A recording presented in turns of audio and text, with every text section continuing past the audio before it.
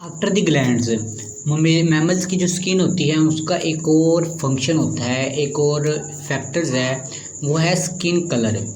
Mammals की जो skin है वो कलर भी प्रोड्यूस करती है।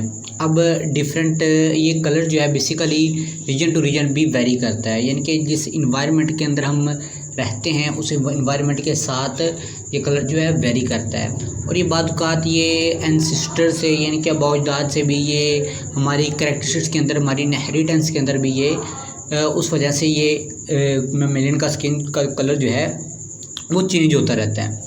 तो बेसिकली अगर हम स्किन कलर की बात करें, ये होता किस वजह से है, तो ये हमारे एनाटॉमिकल स्ट्रक्चर की वजह से भी होता है। और हमारी बॉडी के अंदर, मैमल्स की बॉडी के अंदर एक पिगमेंट होता है, ठीक है। उस पिगमेंट को हम नाम देते हैं क्रोमेटोफोर का नाम देते हैं। हम किसकी बात कर रहे हैं? ममेलियन स्किन कलर की, ठीक है। अब इसका मैंने बताया कि ये किस वजह से होता है, ड्यू टू पिगमेंट, एक पिगमेंट की वजह से होता है। उस पिगमेंट को हम क्या नाम देते हैं? क्रोमेटोफोर का नाम देते हैं, फोर्स का, ठीक है। अब बेसिकली ये क्रोमेटोफोर्स का ये पिगमेंट है, ये कहाँ पर मौजूद होता है? With in the epidermal layer, the epidermal layer, ठीक है। और किसके अंदर होता है? इन हेयर के अंदर, ठीक है। तो ये स्किन का कलर जो है क्रोमेटोफोर्स की वजह से ये होता है। अब बेसिकली कुछ स्किन का कलर जो है ये होता है किस वजह से? Due to colour of blood की वजह से, ठीक है, due to colour of blood की वजह से, ठीक है। कलर ऑफ ब्लड की वजह से भी ये मैमलियन का स्किन का कलर जो है वो चेंज होता रहता है। इन ब्लड इन सुपरफिशियल, यानी कि ये बेसिकली जो हमारी फेशियल की, हमारे फेस की जो ब्लड वेसल्स होती हैं, ठीक है, उस वजह से ये स्किन कलर भी ये ज़्यादा शो होता है। मिसाल के तौर पर कि जो हमारी स्किन के जो फेस की जो बात का ब्लड वेसल्स होती हैं उनके अंदर ब्लड जो है वो रेड अमाउंट में ज़्यादा होता है। तो आप कभी नोट कीजिएगा जिनके अंदर कलर जो है वो स्किन के फेस के अंदर कलर का, ब्लड का जो कलर है वो रेड होगा, उनकी जो स्किन का कलर भी वो रेड होगा, ठीक है। तो इस हिसाब से ब्लड वेसल्स के हिसाब से, यानी कि ब्लड के हिसाब से भी ये स्किन का कलर जो है ये वेरी करता है। और उसके बाद अगर हम बात करें कि इसके बेनिफिट्स की, कि कलर के बेनिफिट्स क्या हैं हमारी बॉडी के अंदर, तो बेसिकली कलर जो है एक सोशल कम्युनिकेशन के अंदर भी हेल्पफुल साबित होती है, सोशल कम्युनिकेशन के अंदर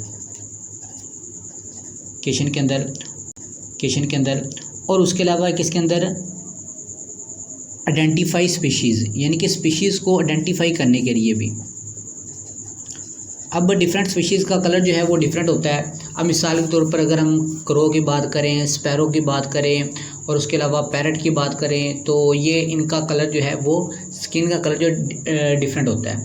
तो इस हिसाब से भी हम स्पीशीज़ के आइडेंटिफाई करते हैं कि ये कलर के हिसाब से। और उसके अलावा ये सेक्स के अंदर भी, ठीक है, ये कि कोई भी मैमल्स की स्किन कलर जो है ये अट्रैक्ट करता है किसी भी अदर स्पीशीज़ को, ठीक है, सेम स्पीशीज़ को अट्रैक्ट करता है अपनी तरफ। और उसके अलावा रिप्रोडक्टिव स्टेटस और सोशल रैंक के अंदर भी ये हेल्पफुल साबित हो, रिप्रोडक्टिव स्टेटस के अंदर स्टेटस, ठीक है, या सोशल रैंक का हम भी नाम देते हैं। तो ये बेसिकली ये सारा मैमलियन स्किन कलर की क्या थी, ये कैरेक्टरिस्टिक्स थी, यानी कि किस वजह से मैमल्स का जो स्किन का कलर जो है। तो बेसिकली ये था मैमल्स की स्किन का कलर। उसके बाद हम बात करते हैं मैमल्स की स्किन के ऊपर जो हेयर्स होते हैं, ठीक है, हेयर्स। अगर हम हेयर्स की बेसिकली बात करें तो हेयर के ह्यूमन के जो मैमल्स के या ह्यूमन्स के जो हेयर्स हैं वो किससे मिलकर बने होते हैं? केराटिन फील्ड सेल्स से। किससे मिलकर बने होते हैं? केराटिन फील्ड सेल से। अब बेसिकली केराटिन फील्ड सेल्स का क्या मतलब है? ये डिवेल्प होते हैं, केराटिन फील्ड सेल से मिलकर बने होते हैं और उसके अलावा ये डिवेल्प होते हैं फ्रॉम द एपिडर्मिस, यानी कि जो स्किन की एपिडर्मिस होती है ये उस लेयर के ऊपर ये डिवेल्प हुए होते हैं, डिवेल्प फ्रॉम दी एपिडर्मिस। ठीक है, तो ये होता है हेयर। उसके अलावा अगर हम बात करें हेयर्स की, तो इसके 3 पोर्शंस होते हैं। हेयर्स के कितने पोर्शंस होते हैं? 3 पोर्शंस होते हैं। उन 3 पोर्शंस में से सबसे पहले आ जाता है हेयर शाफ्ट। Hair shaft. अब बेसिकली मैं हेयर शाफ्ट की बात करूं तो जो वो पोर्शन, हेयर का वो पोर्शन जो स्किन से बाहर निकला हो, यानी कि फ़र्ज़ कर लें ये हमारी स्किन है, तो ये जो पोर्शन है ये सारा स्किन से क्या निकला हुआ है? बाहर निकला हुआ है। हम इसको क्या कहेंगे? हेयर शाफ्ट का नाम दे देंगे। तो यानी कि सिंपली आप समझ लेंगे, या जो पोर्शन जो स्किन से बाहर निकला हुआ हम उसको क्या देंगे? नाम दे हेयर शाफ्ट का नाम दे देंगे। उसके अलावा सेकंड पोर्शन आ जाता है रूट। बेसिकली अगर मैं रूट की बात करूं, रूट से ऑब्वियसली आपके इससे ये माइंड में आ रहा होगा, रूट जो है वो जड़ों को कहते हैं। ठीक है, तो simply the portion embedded beneath the skin, यानी कि जो स्किन के नीचे धंसा हो उसको हम रूट का नाम देते हैं। ठीक है, ये स्किन है, ये मैंने जो ऊपर बनाई, इसके नीचे जितना भी ये पोर्शन होगा उसको हम क्या नाम दे देंगे? रूट का नाम दे देंगे। और उसके अलावा जो थर्ड पोर्शन आ जाता है वो आ जाता है इरेक्टर पिलाई मसल्स। इरेक्टर